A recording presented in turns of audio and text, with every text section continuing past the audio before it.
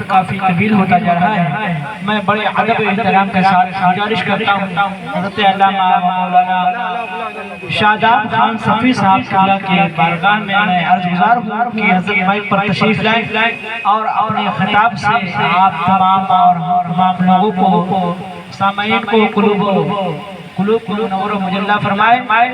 آئیے حضرت کا استقبال کریں۔ نعرہ تکبیر، نعرہ رسالت، نعرہ رسالت، مسلک اعلیٰ حضرت فیضان سرکار حضور تاج الشریعہ، نعرہ تکبیر، نعرہ رسالت۔ زبان صرف چھیڑا تھا ترانہ غوث اعظم کا، زبان صرف چھیڑا تھا ترانہ غوث اعظم کا، نظر کے سامنے تھا آستانہ غوث اعظم کا، نظر کے سامنے تھا آستانہ غوث اعظم کا۔ مائک پر حضرت علامہ مولانا شاداب خان صفی صاحب پاک پر تشریف فرما اور علماء ذلیل احترام، پیارے بچوں، نوجوان ساتھیوں، عزیز بزرگوں، پردہ نشین خواتین اسلام، میری مائیں بہنیں، السلام علیکم ورحمۃ اللہ وبرکاتہ۔ وعلیکم السلام۔ نحمدہ ونصلی ونسلم علی رسولہ الکریم، اما بعد، اعوذ باللہ من الشیطان الرجیم، بسم اللہ الرحمن الرحیم۔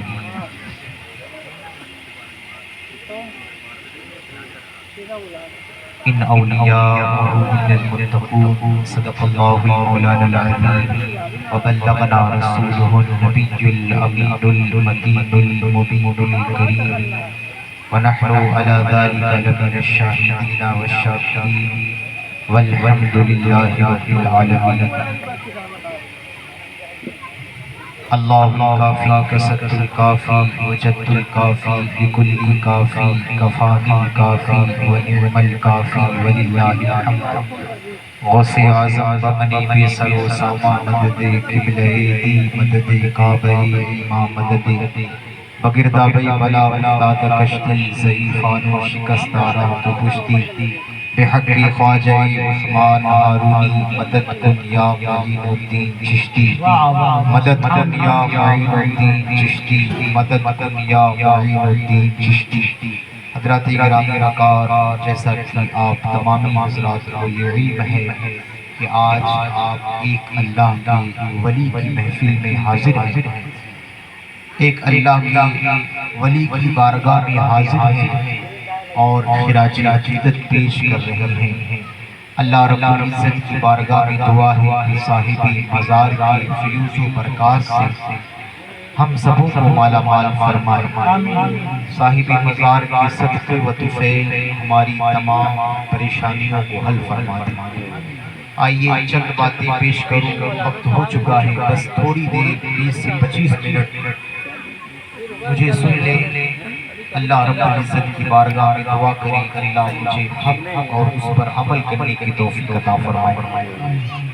حضرات گرامی وقار، چند باتیں عرض کروں، اس سے قبل بڑی ہی ادب و احترام کے ساتھ اور آپ سے مل کر اپنے آقا و مولا حضور سید عالم نور مجسم صلی اللہ علیہ وسلم کی بارگاہ میں اپنی غلامی کا پیش کرتے ہوئے بلند آواز سے درود شریف پڑھیں۔ اللہم صلی علی سیدنا و مولانا محمد بارک وسلم، صلو علیہ الصلاۃ والسلام علیک یا سیدی یا رسول اللہ صلی اللہ تعالی علیہ وسلم۔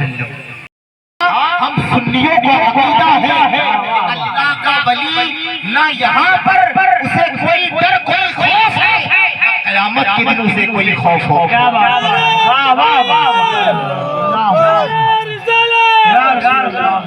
سید بابا کریم آقا کی دیوانوں، جو اللہ کا ولی ہے اسے دنیا میں کسی چیز کا خوف، ارے زور سے بولے نا، پانچ منٹ بولنا ہے، دنیا میں کسی چیز کا خوف اور نہ آخرت میں اسے کسی چیز کا غم ہوگا۔ کیوں؟ کیونکہ اللہ فرماتا ہے الا ان اولیاء اللہ لا خوف علیہم ولا هم يحزنون، اے لوگوں سنو، میرے محبوب بندوں کی شان یہ ہے کہ انہیں دنیا میں نہ کسی چیز کا غم ہے، نہ ہی آخرت میں انہیں کسی چیز کا خوف ہو۔ واہ واہ واہ، کیا کہنے ہیں۔ کریم آقا کی دیوانوں، پتا کیا چلا؟ جو اللہ سے ڈرتا ہے وہ ولی ہے۔ ہاتھ میں 10 انگوٹھی پہن کر کے اور کلر والے کپڑے پہن کر کے اگر وہ دعویٰ کرے وہ ولی نہیں ہے، وہ ڈھونگی ہو سکتا ہے، اللہ کا ولی نہیں ہو سکتا۔ جو رب کا ولی ہے، جب تم اسے دیکھو گے تو خدا یاد آ جائے گا۔ جو اللہ کا ولی ہے وہ اللہ سے ڈرتا ہے، جو اللہ کا ولی ہوگا وہ نمازوں کا پابند ہوگا، جو اللہ کا ولی ہوگا وہ متقی ہوگا، وہ پرہیزگار ہوگا، اس کے دل میں رب کا ڈر ہوگا۔ اس لیے نماز چھوڑنے والا اللہ کا ولی نہیں ہو سکتا، داڑھی اڑا کر کے گٹر میں پھینکنے والا اللہ کا محبوب نہیں ہو سکتا، رمضان کے روزوں کو ترک کرنے والا، رمضان کے روزوں کو چھوڑنے والا اللہ کا محبوب نہیں ہو سکتا، شریعت کے خلاف کام کرنے والا اللہ اس کے رسول کو ناراض کرنے والا اور وہ دعویٰ کرے کہ میں اللہ کا ولی ہوں، وہ اللہ کا ولی نہیں ہو سکتا، نہ وہ پیر ہو سکتا ہے، ہاں وہ پیر ہو سکتا ہے، پیر تو نہیں ہو سکتا، کیونکہ جو پیر ہوتا اس کے دل میں رسول اللہ کی محبت، بے شک سبحان اللہ، اللہ اس کے رسول کی محبت ہوتا ہے۔ کیا کہنے ہیں۔ جہاں اللہ کا ولی ہونے کے لیے جہاں پر مومن و مسلم ہونا شرط ہے، وہیں پر اللہ کا ولی ہونے کے لیے اسے متقی پرہیزگار ہونا بھی شرط ہے۔ بھائی پیر صاحب بھی اگر متقی نہ ہوں گے تو ان کے مرید کیا متقی ہوگی؟ سمجھ رہے ہیں آپ؟ اللہ اکبر، کریم آقا کی دیوانوں، تو پتا چلا کرامت مدار ولایت نہیں، تقویٰ مدار ولایت۔ اگر کسی کے پاس کسی سے کرامت ظاہر نہ ہو اور وہ شریعت طاہرہ کا پابند ہے، مصطفیٰ کریم صلی اللہ علیہ وسلم کی سنتوں کا پیکر ہے، تو وہ اللہ کا ولی ہے، اگرچہ اس سے کرامت ظاہر نہ ہو۔ بھائی کرامت مدار ولایت دار و مدار نہیں اس پر، لیکن اگر خدا کا خوف ہے، رب کا ڈر ہے، بہت سارے ایسے لوگ ہیں ہمارے بیچ میں، ایسے لوگ ہیں کہ جو راتوں کی تنہائی میں اٹھ کر تہجد ادا کرتے ہیں، راتوں کی تنہائی میں اٹھ کر اپنے رب کو یاد کرتے ہیں، اور ہم نے صبح سے لے کر شام تک ہم نہ جانے ان کے خلاف کیا بکواسیں کرتے ہیں۔ نہیں اللہ، تمہیں نہیں معلوم اس کا کنیکشن اللہ سے کیا ہے، اس کا رشتہ اللہ سے کیا ہے، تمہیں کوئی حق نہیں کسی کے بارے میں انگلی اٹھاؤ۔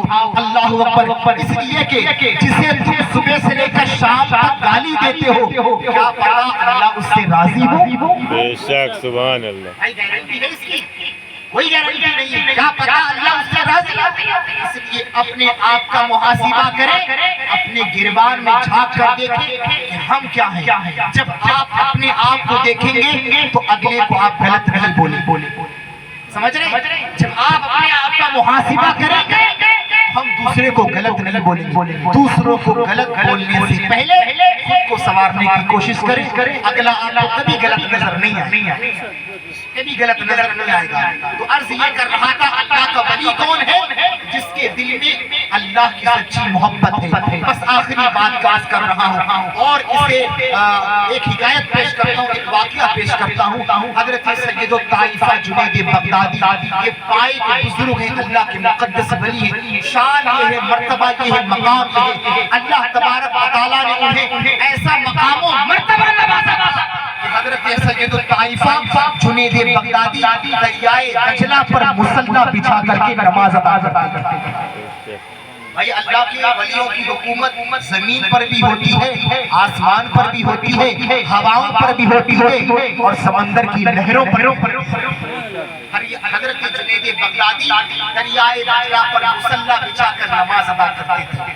حضرت سید الطائفہ جنید بغدادی آخری بات عرض کر رہا ہوں، ولایت و کرامت کا چرچا سن کر، شہرہ سن کر ایک سائل آپ کی خانقاہ میں آ گیا اور سوچا کہ جب تک میں حضرت کی ایک کرامت اپنی آنکھوں سے ظاہر ہوتے نہ دیکھ لوں گا تب تک میں حضرت کے ہاتھوں پر بیعت نہ ہوں گا، تب تک میں حضرت کا مرید نہ بنوں گا، اللہ اکبر، تب تک میں حضرت کے دامن سے وابستہ نہ ہوں گا، اللہ اکبر۔ وہ یہ سوچ کر آیا وہ آدمی، وہ شخص، وہ سائی خانقاہ میں یہ سوچ کر آیا کہ جب تک حضرت جنید بغدادی کی ایک کرامت نہ دیکھ لوں تب تک میں مرید نہ ہوں گا، تب تک میں بیعت کی قبول نہ کروں گا۔ میرے کریم آقا کے دیوانوں، وہ سائی تقریباً 30 سے 40 سال کا عرصہ حضرت جنید بغدادی رضی اللہ تعالیٰ عنہ کی خانقاہ میں گزار دیا، لیکن ذرا غور سے سنیں میرے مسلمان بھائیو، اللہ اکبر، اس 30 سالوں میں اس سائی ایک بار بھی ایک کرامت ظاہر ہوتے اپنی آنکھوں سے حضرت جنید بغدادی نہ دیکھا۔ کیا کہنے، سوچا کہ میری تمنائیں تکمیل یہیں تک رہ جائے گا، تشنہ تکمیل یہیں تک رہ جائے گا۔ میں تو سوچ کر آیا تھا کہ حضرت کی کوئی کرامت دیکھوں گا، اس لیے کہ میں نے سن رکھا ہے حضرت جنید بغدادی اللہ کے بہت بڑے ولی ہیں، لیکن جہاں پر جب میں آیا ایک بھی کرامت نہ دیکھا، اللہ اکبر، اس نے اپنا بڑیا بستر باندھا اور خانقاہ سے نکلنے لگا۔ سوچا ایک مرتبہ جا کر کے حضرت کی بارگاہ میں اجازت طلب کروں۔ اللہ اکبر، وہ حضرت جنید بغدادی رضی اللہ تعالیٰ عنہ کی بارگاہ میں آیا، کہا حضور اجازت ہے میں جانا چاہتا ہوں۔ کہا ارے بھائی تم آئے کس لیے تھے اور جب آ گئے تو پھر اب جا کیوں رہے ہو؟ اس نے کہا حضور میں نے یہ سن رکھا تھا آپ کے بارے میں کہ آپ اللہ کے سچے ولی ہیں، آپ اللہ کے بہت بڑے ولی ہیں، آپ کی بڑی بڑی کرامتیں لوگوں نے دیکھا ہے، لیکن 30 سال کا عرصہ گزر گیا، 40 سال کا عرصہ گزر گیا آپ کی خدمت کرتے کرتے، آپ کی خانقاہ میں رہتے رہتے، لیکن ایک کرامت آپ کی میں نے اپنی آنکھوں سے نہیں دیکھا۔ اس لیے حضور اب میں کسی اور شیخ کی تلاش میں جا رہا ہوں، کسی اور مرشد کی تلاش میں جا رہا ہوں، کسی اور دربار کی تلاش میں جا رہا ہوں، کسی اور خانقاہ کی تلاش میں جا رہا ہوں، حضور مجھے اجازت دے دیں۔ اللہ اکبر، میرے کریم آقا کی دیوانوں، حضرت جنید بغدادی رضی اللہ تعالیٰ عنہ مسکرائے اور مسکرانے کے بعد اس سائل کا ہاتھ پکڑا، اے پیارے ذرا سچ بتا۔ کہا حضور کیا بات ہے؟ کہا ذرا سچ بتا تو نے میری خانقاہ میں کتنے سال گزارے؟ کہا حضور 40 سال گزارے۔ حضور 30 سال گزار دیے۔ کہا تم نے ایک بھی کرامت نہ دیکھی؟ کہا حضور میں نے اپنی آنکھوں سے ایک بھی کرامت نہ دیکھی۔ کہا ذرا سائل سچ بتانا، کیا نے ان 30 سالوں میں جنید بغدادی کو ایک وقت کی فجر کی نماز قضا کرتے ہوئے دیکھا؟ اس نے کہا حضور یہ تو میں نے نہیں دیکھا۔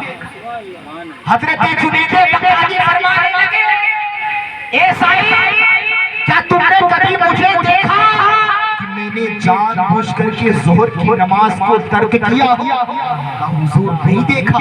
کہا تم نے کبھی دیکھا کہ میں نے عصر کی نمازوں کو ترک کیا ہو، مغرب عشاء کی نماز کو ترک کیا ہو جان بوجھ کر بغیر کسی عذر شرعی کی بنیاد پر؟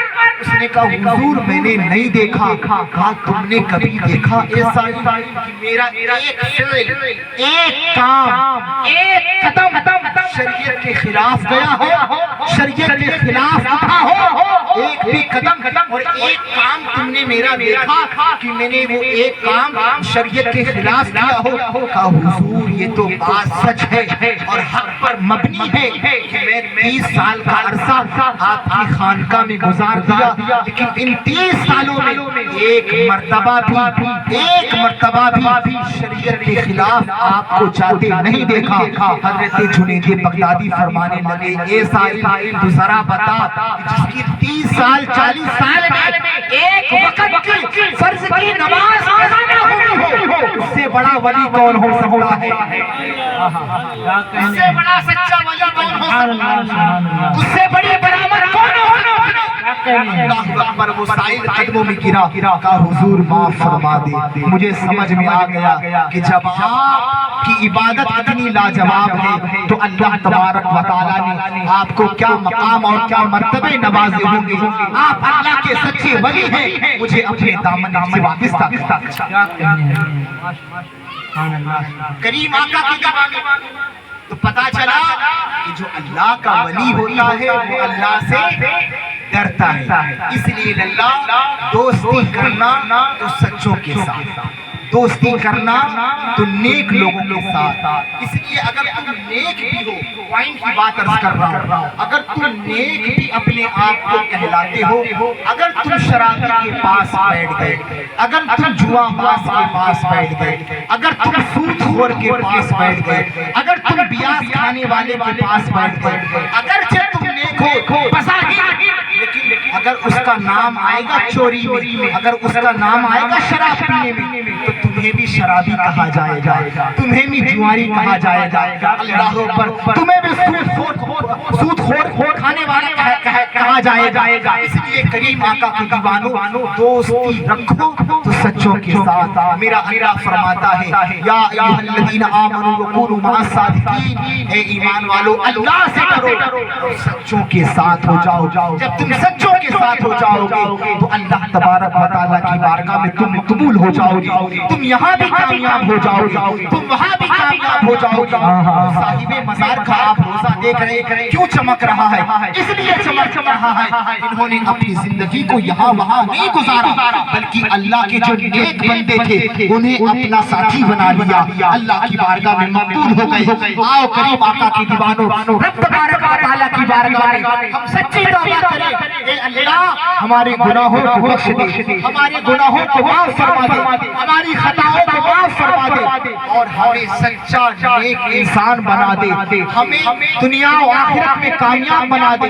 کریم آقا کی دیوانوں، اللہ رب العزت کی بارگاہ میں دعا ہے ہمارے بولنے میں آپ کے سننے میں کسی قسم کی غلطیاں، کوئی خطا، کوئی کمی رہ گئی ہو، اللہ رب العزت کی بارگاہ میں دعا کرتے ہیں اللہ تبارک و تعالیٰ اس کو معاف فرمائے. وآخر دعوانا الحمدللہ رب العالمین. صلاۃ و سلام پر